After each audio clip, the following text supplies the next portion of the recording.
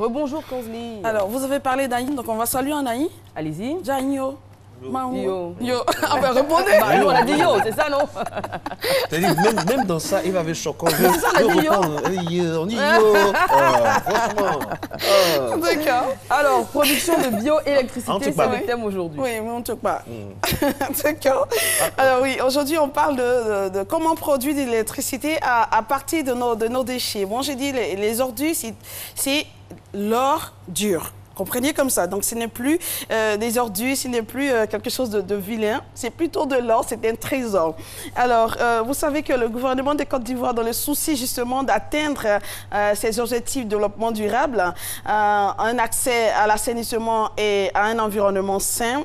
Alors, à travers son ministère de l'Environnement, bien sûr, dirigé par notre ministre Anne Lotto, a initié je dois dire, cette grande action qu'on appelle le grand ménage, pour éduquer d'abord la population, sensibiliser et puis également essayer de développer ce système de ramassage d'ordures ici en Côte d'Ivoire.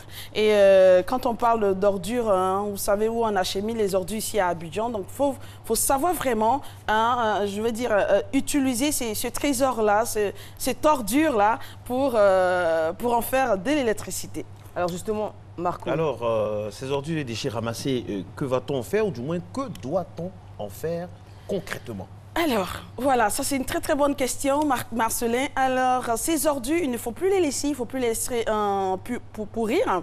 Il faut les recycler, tout simplement. Et comment on recycle alors justement? Alors, pour les recycler, d'abord il faut dire qu'il y a plusieurs sortes de recyclage.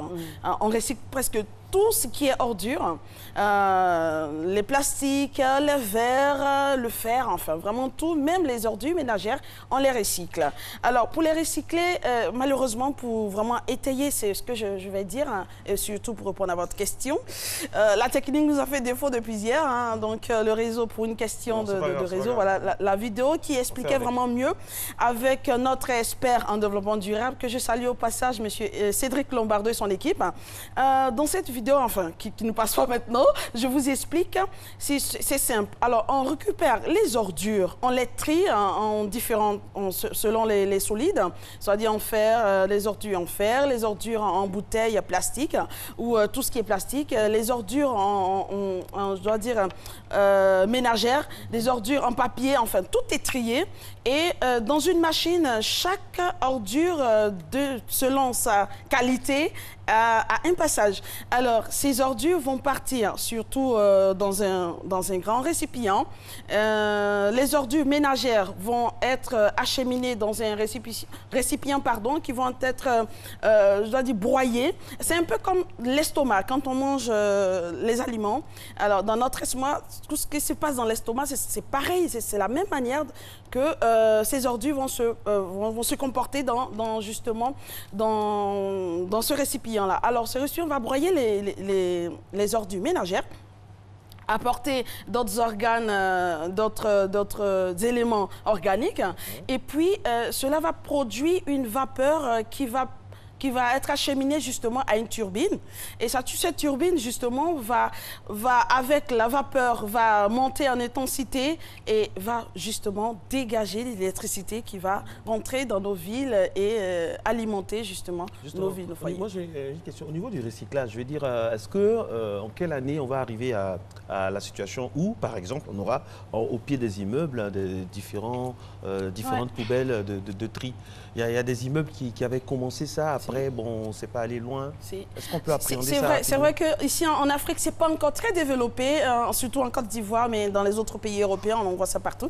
Alors déjà, la ministre, jeudi dernier, on était à la Maison de la Presse avec la ministre Anne Lotto, qui nous a promis que cela va arriver. Elle a même dit d'ailleurs, la décharge d'Akwedo va être fermée très très bientôt pour question d'aménagement et puis voir comment recycler toutes ces ordures qu'on va ramasser, qu'on ramasse avec justement ce projet de grand ménage là Donc, je pense que c'est des choses qui sont en train de venir, qui vont arriver, Marcelin.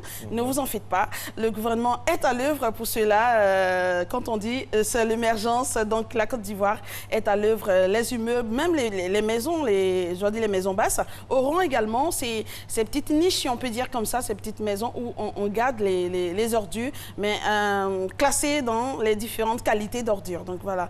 Voilà un peu pour répondre à votre préoccupation, Marcelin. Puis voilà. On espère que dans quelques années, ce qu'il faut retenir également aussi avec vous, Konzli, c'est que aujourd'hui, les ordures constituent de l'argent. C'est de l'or, c'est ce ce n'est que plus j'ai des dit. ordures, De l'or, c'est de mais l'or dur. dur. Voilà. Mais en dur.